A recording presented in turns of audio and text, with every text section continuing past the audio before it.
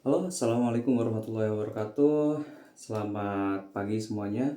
Di sini saya Muhammad Faid Zaki dan juga Saya Muhammad Sulaiman Rafiq. di sini kami akan menjelaskan hasil dari analisa kami untuk mata kuliah K3 untuk penerapan keselamatan dan kesehatan kerja K3 di Jim Sengkaling berdasarkan iceberg theory.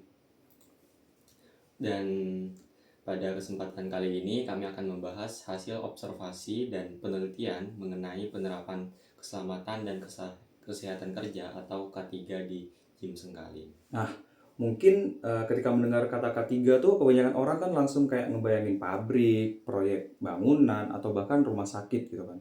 Padahal sebenarnya gym itu juga merupakan tempat kerja sekaligus tempat umum yang memiliki berbagai potensi bahaya, mulai dari penggunaan alat berat, aktivitas fisik berintensitas tinggi, hingga risiko cedera akibat kesalahan penggunaan alat. Karena itulah, kami melakukan observasi langsung di gym Sengkaling untuk mengetahui bagaimana kondisi penerapan K3 di sana. Selain melakukan observasi, kami juga melakukan wawancara kepada beberapa stakeholder, yaitu member gym, personal trainer, dan resepsionis. Nah, kemudian hasil tersebut kami analisis menggunakan iceberg theory agar penyebab kecelakaan tidak hanya dilihat dari kejadian yang tampak saja, tetapi juga faktor-faktor yang tersembunyi di baliknya. Nah, sebelum melakukan observasi, kami tuh juga menggunakan sebuah jurnal sebagai referensi utama.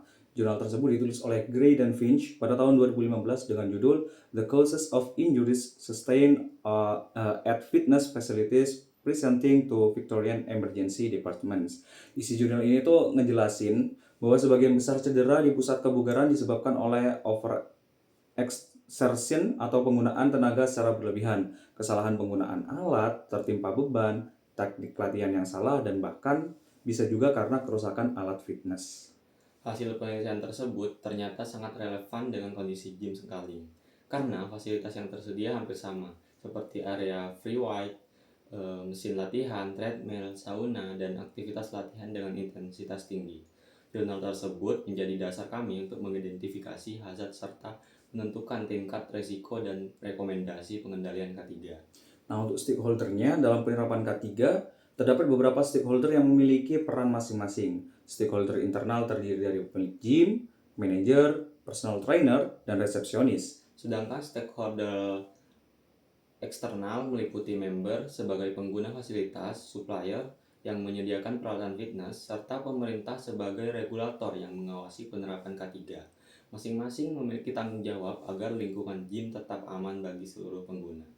Nah, gym Sengkaling itu juga beroperasi mulai pukul 7 pagi hingga 10 malam, guys.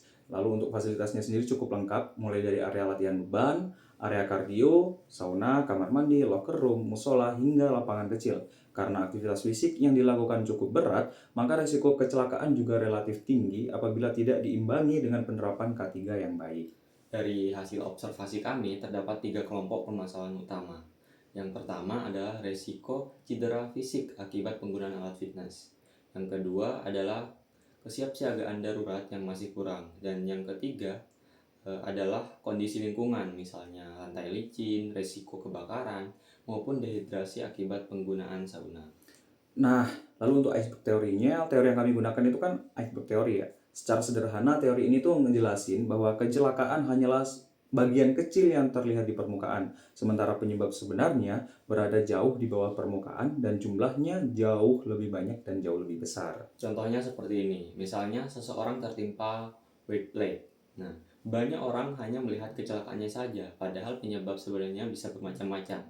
Bisa karena alat yang tidak dirawat, member tidak mendapat edukasi, tidak ada spotter, atau pengguna memaksakan beban yang terlalu berat. Nah, semua penyebab inilah yang disebut sebagai bagian bawah gunung es.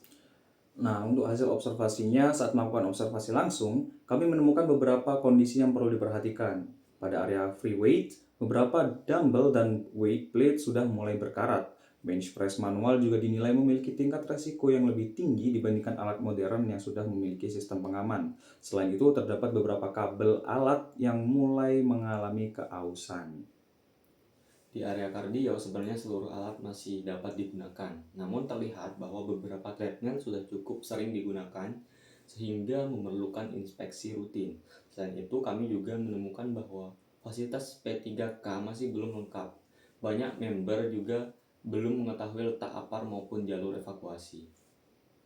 Nah, kondisi lain yang cukup sering ditemukan adalah alat fitness yang tidak dikembalikan ke tempat semula sehingga meningkatkan risiko orang lain tersandung. Baik, untuk hasil wawancaranya kami juga melakukan wawancara kepada 5 orang member. 5 atau 3 ya? 5. 3 disebutkan. Oh ya, 5. Ya, kami melakukan wawancara kepada 5 orang member, tapi yang kami sebutkan hanya 3. Mayoritas responden mengatakan bahwa area free weight merupakan area dengan risiko kecelakaan paling tinggi. Salah satu member bahkan pernah menyaksikan secara langsung seseorang tertimpa weight plate seberat 10 kg hingga menyebabkan kuku kaki pecah.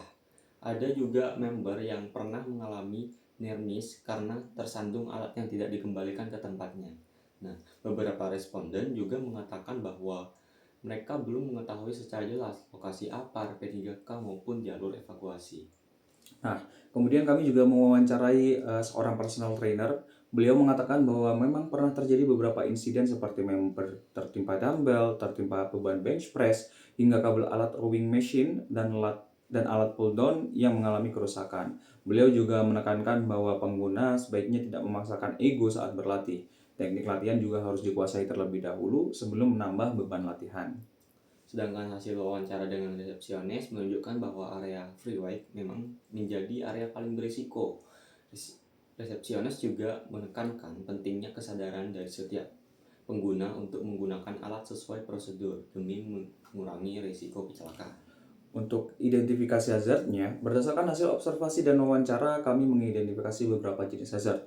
Untuk bangunan misalnya terdapat lantai licin, tangga antar lantai, suhu sauna yang tinggi, kurangnya pemahaman jalur evakuasi, P3K yang belum lengkap, hingga risiko kebakaran. Untuk pengguna atau member, hazard yang ditemukan antara lain tertimpa weight plate, tertimpa dumbbell atau barbell, kesalahan teknik latihan, penggunaan beban yang berlebihan, tersandung alat, dan kurangnya pengetahuan mengenai prosedur darurat. Nah, pada personal trainer sendiri, hazard yang ditemukan antara lain risiko tertimpa beban saat melakukan squatting, kabel alat yang putus, demonstrasi gerakan yang dilakukan berulang kali, berdiri terlalu lama, serta tekanan psikologis karena bertanggung jawab terhadap keselamatan member. Sedangkan pada resepsionis, hazard yang ditemukan berupa posisi duduk yang terlalu lama, paparan penyakit menular akibat berinteraksi dengan banyak orang, tekanan pelayanan pelanggan, serta tanggung jawab ketika terjadi keadaan darurat. Untuk prioritas risikonya dari seluruh hazard tersebut, kami kemudian menentukan prioritas risiko. Kategori risiko tinggi meliputi tertimpa dumbbell atau barbell, kabel alat yang putus, tertimpa weight plate, penggunaan beban berlebihan, serta risiko kebakaran. Karena dampaknya dapat menyebabkan cedera serius, bahkan hingga kematian. Sedangkan kategori risiko sedang meliputi lantai licin, kesalahan teknis latihan, paparahan suhu sauna, tangga, posisi duduk yang terlalu lama, dan berdiri dalam waktu lama. Untuk kategori rendah meliputi kurangnya pemahaman jalur evakuasi, P3 yang belum lengkap, hingga tekanan psikologis pada resepsionis dan personal trainer. Untuk peraturan K3-nya, dalam penelitian ini, kami juga mengkaji beberapa peraturan yang menjadi dasar hukum penerapan K3. Di antaranya Undang-Undang Nomor 1 Tahun 1970 tentang Keselamatan Kerja, kemudian Undang-Undang Nomor 13 Tahun 2003 tentang Ketenagakerjaan, PP Nomor 50 Tahun 2012 mengenai Sistem Manajemen K3, serta beberapa peraturan menteri mengenai lingkungan kerja dan alat pelindung diri. Peraturan tersebut menunjukkan bahwa pengelola gym memiliki kewajiban menyediakan lingkungan yang aman, melakukan perawatan alat, menyediakan apar, P3K, jalur evakuasi, serta memberikan edukasi kepada pekerja maupun pengguna. Baik, untuk kesimpulannya, berdasarkan seluruh hasil observasi, wawancara, dan juga analisis, kami menyimpulkan bahwa gym Sengkaling sebenarnya sudah dapat digunakan untuk aktivitas olahraga sehari-hari. Namun, masih terdapat beberapa aspek K3 yang perlu ditingkatkan, terutama pada perawatan alat, kelengkapan fasilitas P3K, edukasi keselamatan, dan juga budaya K3 di kalangan pengguna. Pendekatan iceberg teori juga menunjukkan bahwa kecelakaan yang terlihat hanyalah sebagian kecil dari masalah. Faktor-faktor seperti kurangnya edukasi, kondisi alat yang mulai aus, rendahnya kesadaran pengguna, dan pengawasan yang belum maksimal merupakan penyebab utama yang harus segera diperbaiki agar kecelakaan tidak terjadi di kemudian hari.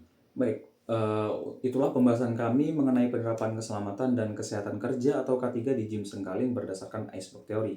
Semoga hasil penelitian ini dapat menjadi masukan bagi pengelola gym maupun masyarakat agar lebih memperhatikan aspek keselamatan saat berolahraga. Terima kasih kepada teman-teman yang sudah mendengarkan podcast kami. Semoga pembahasan ini bermanfaat dan dapat menambah wawasan mengenai pentingnya penerapan K3 bahkan di tempat yang sering kita anggap aman seperti gym.